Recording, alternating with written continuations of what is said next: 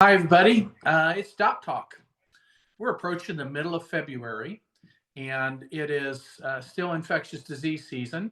And I'm celebrating infectious disease season by getting a GI bug, which is very rare for me. I get a lot of respiratory bugs, as all of you know, but GI is not my usual. But this weekend, Super Bowl weekend, managed to get sick with the GI bug.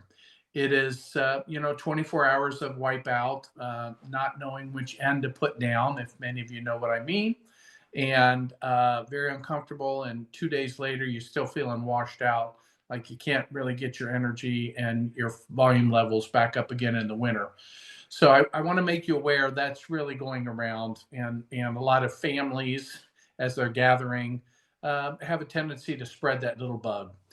The best that you can, you keep your hands clean. You don't leave food out on the counter for long periods of time, and try to eat foods that haven't been out of the refrigerator for very long or sitting in your cupboard for too long is a good way to avoid what you can.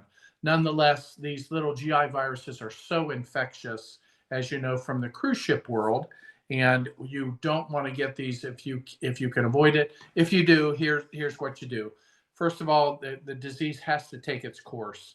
Your GI tract does not want the bug in it, and so it does its best to get it out by mouth or for you to get it out below. Don't think that taking antidiarrheals will help you in the long term. Your body wants it out. And then what you have to do is replenish, and you replenish a little at a time, mostly fluids, a little bit of salt, a little bit of sugar.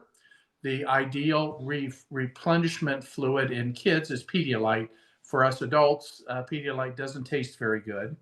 Gatorade and similar are pretty heavy on the sugar. Probably the ideal replenishing fluid is ginger ale. And it's the sugar ginger ale because typically ginger ale does not have the same sugar levels that the cola drinks do. And so you do ginger ale. You do it little bits at a time, just like with the kids. You take the first drink is this big, and then you wait half an hour, and then you drink about twice that much, and then you wait another half hour, and you drink about twice that much till you get to comfortable levels. You don't want to overfill your stomach and irritate it again. And then you come back gently with foods when you know that fluids stay down. Then you start with starchy foods. And starchy foods would include breads and crackers and not very sugary cookies or similar. You can then add a little protein to it and then add fats. And probably fats are not a good thing to introduce early on or anything too spicy. That may irritate your colon, and then you perpetuate the diarrhea. So just a little secret on the GI illnesses that may keep you out of the emergency department. Recurrent vomiting, diarrhea that is not stopping and you can't keep up with the fluids. That's very rare in adults. And for those of you who have underlying GI problems, whether it's a colitis, prior surgeries, etc., those GI bugs can really knock you down and cause you to have problems with partial bowel obstructions and similar. So you got to be really careful if you're in that group of patients. What I wanted to talk about today, it's winter time, and a lot of us are on baseline medicines, and the addition of other medicines can make us sick. And recently, I've had a couple of these come my way, and people who've asked me to talk about them. You should know what class of medicines that you take and what are safe to take along with that group of medicines. And in many cases, your doctor will also say what you should not take with that group of medicines. Some of you that are on, for example, high blood pressure medicines know that taking medicines that drive your blood pressure up are not very good for you at all. So let's imagine that you're on a blood pressure medicine and you're very stable, and you get a cold and you want to take something to make you better. An antihistamine may work very well for you, but any of the decongesting agents have a tendency to drive your blood pressure up and can cause it to go up to dangerous levels. So decongestants are not a good class of medicines for people who are on high blood pressure medicine. Talk another group of medicines. Many people are on diabetic medicines, and they're on those long term, and they keep your blood sugar within a reasonable range and prevent your diabetes from getting worse. Those diabetic medicines can keep you at a stable level, but if you get sick or you get irritated by a virus or you get allergies and you want to take some other medicines, some of those medicines can be dangerous and drive your blood sugar much higher. Let's imagine that you're on anti-diabetic medicines and somebody suggests to you that steroids are the right medicine for you to take. Steroids are one of the classes of medicines that will drive your blood sugar, in some cases, extremely high. Your body may be very sensitive.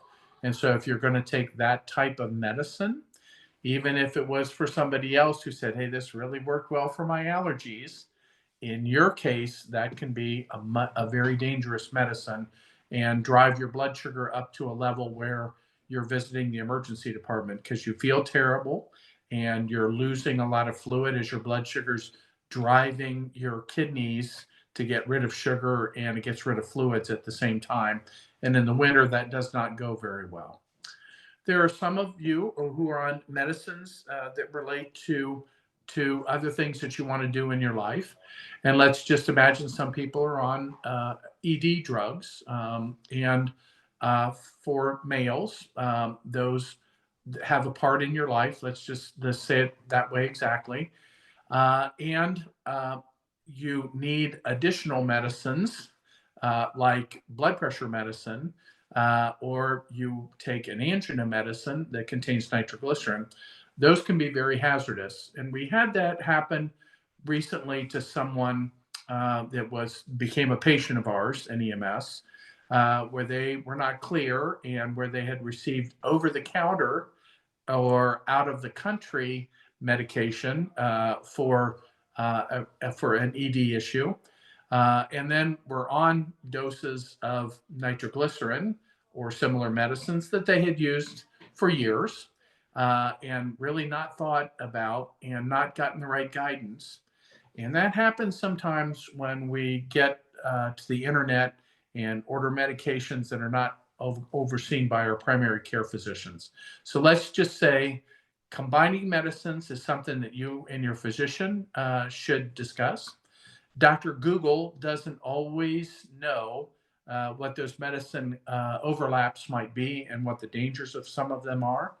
But I want you to be aware that is something when you're on chronic medicines, it is well worth a discussion with your physician, knowing what over-the-counter and prescribed medicines might be dangerous for you and actually might be life-threatening.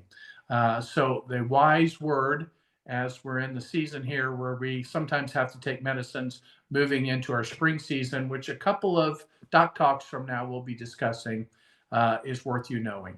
So stay healthy. We're getting through this winter. It won't be long until we'll be talking about sunburn issues and the issues in our allergy season. But for now, stay healthy. Thanks for listening in on Doc Talk, and we'll talk to you in a couple weeks. Take care, everyone.